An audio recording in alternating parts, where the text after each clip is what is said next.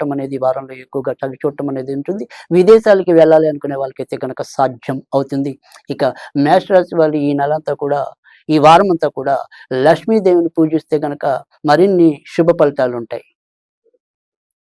వృషభ రాశి.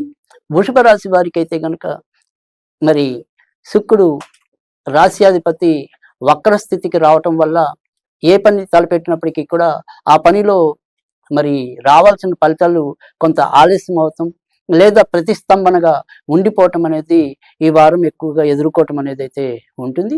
అవసరానికి ధనం అయితే ఏదో విధంగా లభించడం అనేది అయితే ఉంటుంది. విదేశాలకు వెళ్ళాలి అనుకుంటే కనుక సాధ్యమవుతుంది. కొత్తగా పెళ్లి కావాల్సిన వాళ్ళు ఎవరైనా ఉంటే కనుక మరి ఈ వారం వారికి సంబంధించిన ప్రయత్నాలు కనుక కొద్దిగా ముమ్మరంగా చేసుకున్నట్టయితే సఫలీకృతం అయ్యే పరిస్థితి కూడా ఎక్కువగానే కనిపిస్తుంది. గొంతుకు సంబంధించిన కానీ, తలకు సంబంధించిన కానీ చిన్న చిన్న ఇబ్బందులు అయితే ఎదుర్కోవచ్చు. ఈ వారం అంతా కూడా వీరు సుబ్రహ్మణ్య స్వామికి సంబంధించిన పూజలు చేసుకుంటే ప్రయోజనం ఉంటుంది.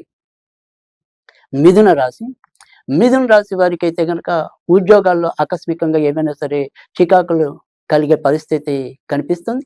శారీరకంగా మరి మానసికంగా కూడా ఎక్కువ శ్రమ పడతాం. ఒకే రకమైన ఆలోచనలు లేక సంకట స్థితిని ఎదుర్కోవటం అనేది అయితే కనిపిస్తుంది. సంతాన పరంగా మాత్రం చక్కటి అభివృద్ధిని అయితే చవిచూస్తారు.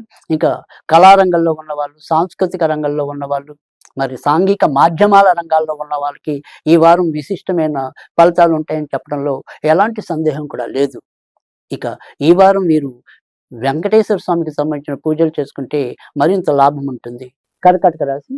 కర్కాటక రాశి వారికి అయితే కనుక ఈ వారంలో ఎక్కువగా మిశ్రమ ఫలితాలు కనిపిస్తున్నాయి. ఏ రకంగా మనం ముందుకెళ్లాలో తెలియని అగమ్య గోచర పరిస్థితి ఉంటుంది. వృత్తి ఉద్యోగాల్లో ఎంతో శ్రమ పడినా ఆ శ్రమ మరింత పెరుగుతుంది తప్ప తరగని పరిస్థితి ఎక్కువగా నెలకొనటం అనేది అయితే ఉంటుంది.